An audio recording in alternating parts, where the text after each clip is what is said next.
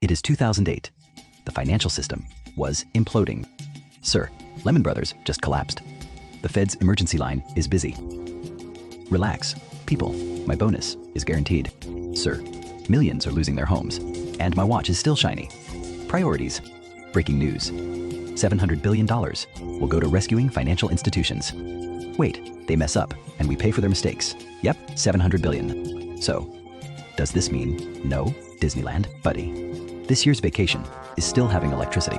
Trust in banks gone. Faith in governments burning faster than a hedge fund's balance sheet. The world was furious and ripe for rebellion. Then, on the 31st of October, 2008, an anonymous hacker named Satoshi Nakamoto dropped a bomb disguised as a PDF. What if money but no banks? The idea. A currency no government could inflate. No banks in the middle. Just math, code, and a ledger everyone could check. But no one could fake.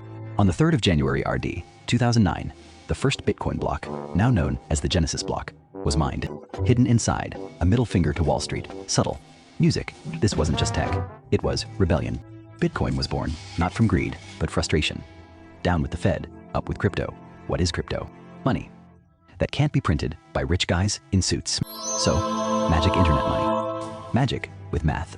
For months, Bitcoin was just a nerdy experiment until one guy decided to trade them for something real. LL pay 10,000 BTC for 2 pizzas. Any takers? That is, 500,000 coins, one day. Dude, it is pizza. Just Venmo him. H paced like the future. You know those coins will be worth millions, right? Yeah, whatever. My Netflix password will be currency too. Those 2 pizzas, now worth over $600 million. The lesson, 10,000 others call you a liar. That is the blockchain. All right, let's adjust this transaction. Invalid. Nice try, Satan. Fine. What if I change the last block too?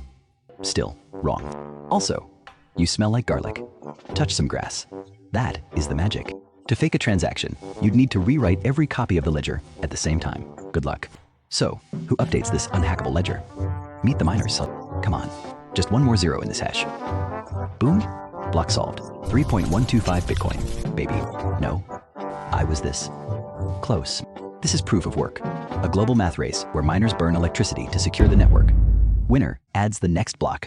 And unlike dollars, Bitcoin's supply schedule is also predictable. No, oops, we printed more. Every 4 years, mining rewards get cut in half, like a pizza, shared with an ever-growing family. 2009, 50 Bitcoin per block. 2012, 25 Bitcoin. 2016, 12.5 Bitcoin, and so on until 2140. Who took the last slice, and that fixed supply. It changes how people use money. I got to spend this before my Big Mac turns to $20. I'm holding mine. It might double by next year. You really think that works? Worked last year, and the year before that. Bitcoin flips the script. It rewards saving, patience, thinking long term. That. LLB, $5 today, or $10 if you wait till Friday. Take it now. Now. Governments print money to fix problems. The result? Everyone's money becomes worth less. Enter Bitcoin. No central bank, no money printer, just a hard cap. 21 million coins. Okay, let's print another trillion again. We just did it an hour ago. Yeah, and the economy still exists, doesn't it? Technically, but rent is not affordable to a lot of us anymore, sir. The free market at work. While the US added 40% of all its dollars ever printed between 2020 and 2022, Bitcoin's inflation rate actually fell. In a world of easy money, Bitcoin is hard money, but inflation isn't the only reason people are buying in. Bitcoin is earning a nickname: digital gold. Gold is scarce, durable, and trusted. Bitcoin, same deal, but it is also portable and programmable. I am carrying $10 million. Where is it? Right here, just 12 words. Don't mind me. I love shiny golds and verifying Bitcoin. We can do it in an instant. Just check the blockchain. That is why the big names are diving in. Whale Sailor borrowed billions to buy it, calling it digital property. Kathy Wood says, if institutions allocate even a tiny bit, Bitcoin hits 1 million. Jack Dorsey believes Bitcoin could be the internet's native currency. Even entire countries are experimenting. El Salvador made Bitcoin legal tender in 2021. Citizens skipped 10 to 20% remittance fees with instant, nearly free transfers. The government even launched a volcano-powered Bitcoin city. Yes, volcano-powered. In Nigeria, it is a tool to protect savings, receive global payments, and avoid censorship. In Argentina, Ukraine, and Afghanistan, Bitcoin helped people escape inflation, move money across borders, and stay financially alive. Over Over 300 million people use crypto now. Mostly Bitcoin. Institutions are following Fidelity, BlackRock, Goldman Sachs. Even Tesla added it to their balance sheet, briefly. But for every Bitcoin believer, treating it like digital gold, there is a billionaire yelling fraud. Like it is their full-time job. You see this burger? It has meat, nutrients, substance. Bitcoin doesn't produce anything. Yeah, it is like trading turds.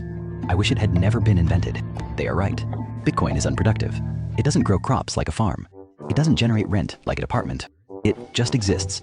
And for investors like Buffett and Munger, that makes it a speculative dead end. Meanwhile, JP Morgan Chase CEO Jamie Dimon was busy dunking on Bitcoin back in 2017, calling it a fraud. Fast forward to 2023. Sir, we just launched a crypto wallet and offer Bitcoin services.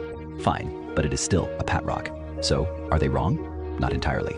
They're just judging Bitcoin by old world standards. Cash flow, dividends, regulatory, clarity. But Bitcoin isn't trying to be a company. It is trying to be an asset, like gold. But criticism isn't the only threat. What if Bitcoin isn't destroyed by a quote, but by a crisis? Enter the ghost in the machine, Satoshi Nakamoto. He lit the fuse and disappeared, like the Batman of money. Yeah, I am scared of him. Doesn't he hold 1 million Bitcoins? It is almost 5% of the total supply. What if he comes back and sells all the coins? Wouldn't we be screwed? He might also hijack the system, right? Since he is the one who made it. Short answer, nope. Bitcoin's code is open source. Changes require global consensus from thousands of miners, developers, and node operators. Even if Satoshi rose from the shadows with a flash drive in one hand and a gun in the other, he couldn't change the rules alone.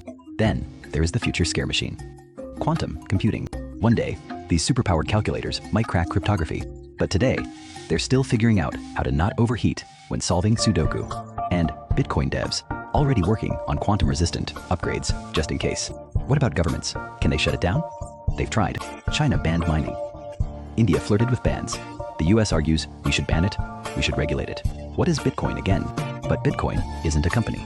It is global. It is decentralized. When China shut it down, miners shrugged, packed up their gear, and moved to other places. And finally, could better tech dethrone it? Ethereum's flexible, Solana's fast. Meme coins exist. But Bitcoin isn't here to trend. It is here to endure. It is slow on purpose, simple on purpose, secure on purpose. Like gold, government-proof, inflation-proof, time-proof, but better and younger. So, what is Bitcoin's superpower? Not perfection, survival. Test after test, threat after threat. It is still here. Maybe that is the point. Or maybe thank you for watching. Hey, hey, hey, music, applause, music.